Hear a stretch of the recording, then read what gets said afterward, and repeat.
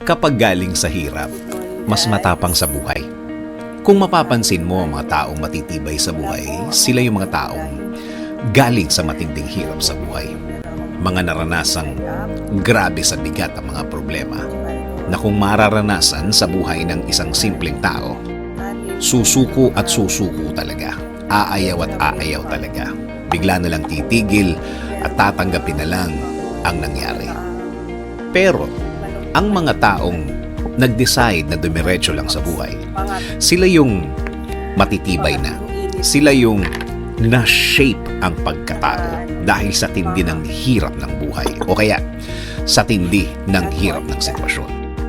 Talagang ang mga darating sa buhay nila sa future ay parang wala na lang. Tama, manggaling na sila sa pinakamahirap, pinakamatindi. Oo naman, nasa kanila ang desisyon kung ayaw na nila. Pero, ano ang pakinabang kung aayaw na sila? Sa bandang huli, sila ang talo. Sabi nga nila, bahala na si Lord. Malalakas ang faith ng mga taong ito. Pinanggalingan na nila yan.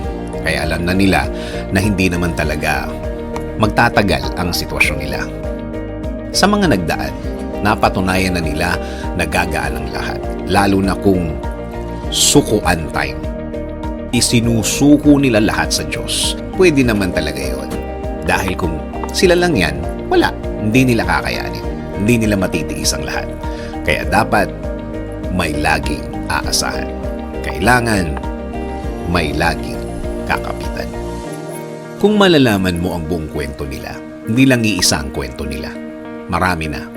Marami ng pagkakataon na ang pakikipag-usap nila o niya sa Diyos ay napakatindi. Minsan pa nga, naiiyak pa yan. Naluluha. Dahil oo naman, hindi lang siya apektado sa sitwasyon niya. Damay ang mga taong mahal niya. Damay ang mga taong malapit sa kanya. Kaya kung magdasal siya, isinasama na niya lahat para panglahatan ang blessings na gusto niyang dumating. Kung titingnan mo ang buhay niya, maayos to. Kasi may guidance galing sa taas. Kapag naman isinuko na niya ang lahat, may direksyon na tayong makukuha sa Diyos. May gagawin na siya. Makikita mo at gagaan na ang lahat. Huwag mawalan ng loob. Huwag mawalan ng pag-asa. Aayos at aayos ang lahat. Basta kumapit. Basta maniwala. Sa mga taong naging cause ng malaking problema mo, akala mo lang yun. Sila ang naging cause. Sa totoo lang, nire-ready ka lang ni Lord sa mas magandang plano niya sa buhay mo. Kailangan mong maranasan ang mga yan para mas umangat ka bilang tao. Bilang anak niya.